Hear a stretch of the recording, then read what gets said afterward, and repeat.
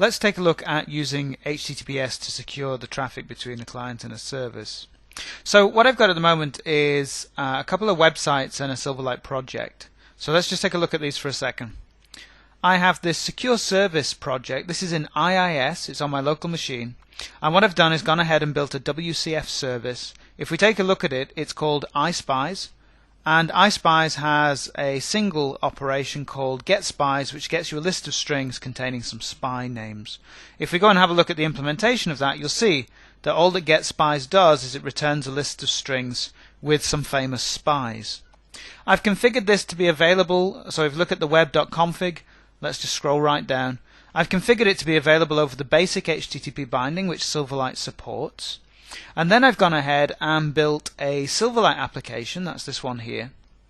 And the Silverlight application has a service reference to that web service. So I just went ahead and did add service reference as we've done before. And that lets us call that web service, giving us a proxy class. In my Silverlight application, I've got a basic UI. So the basic UI just has, let's see if we can get the designer to show it.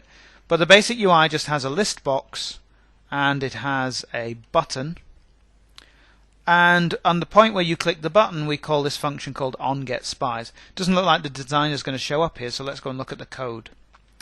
As we double click on the code, what we do in onGetSpies is we create a proxy, we handle the completed event, we call getSpies asynchronous, and when that completes, we use the resultant data, which will just be an array, and we get that array and bind it into the data context. So we're just making async web services call, and then we go ahead and display that on the screen.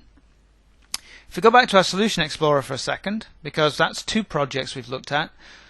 So we have Secure Service, we saw that. We also have Secure Client, and Secure Client is essentially just a website that makes available the Silverlight application I just showed you. So it just makes that thing available. Okay, so if we go and browse this right now, view in browser, this will be the test page coming off Secure Client. It serves up the Silverlight app. We call getSpies, and we see there's the spies coming back from the web service. The problem is, of course, that these spies are traveling in clear, plain text, which wouldn't be something you'd want to do if you work for, the security services. You'd want to make sure this stuff was protected. So let's switch and start trying to do this over HTTPS as opposed to HTTP. So the first thing we'll do is we'll go and visit our web service. So that's the service over here. We'll go to web.config. We'll go down to the configuration of our service. Let's find it. And where we've got this basic HTTP binding, we've actually got a binding configuration here. Here's the configuration that says security is none. I'm going to switch that to say transport. So basically use HTTPS in order to do this. Let's save that. Let's go back and view our test page again in a browser. Let's just go ahead and say view in browser. I'd be rather hoping that this now fails. And you can see Visual Studio just launched up wanting me to debug. I'm not going to debug, but it did fail because we're now requesting HTTPS. So that's cool. It works the way we expect. Okay, so how do we reconfigure our client application such that it calls over HTTPS? Let's go and have a look at the client config for that. Let's change the security mode here to be transport on the client, and let's change the endpoint address to be HTTPS. Let's save that, close it all down. Let's just make sure that we rebuild everything in order to pick that up. So I'm just going to rebuild. And let's go and just make sure that this is the start page for this debugging session and press F5. So we try now to call from HTTP over to HTTPS. We get a failure saying access is denied. Okay, so that's interesting. Let's break. Let's stop debugging. Let's go and change the start page for the project. So let's go and just grab this web project property pages. Let's change the start URL to be requesting the application over HTTPS. So it's the same URL, but we're requesting it over HTTPS. Let's press F5.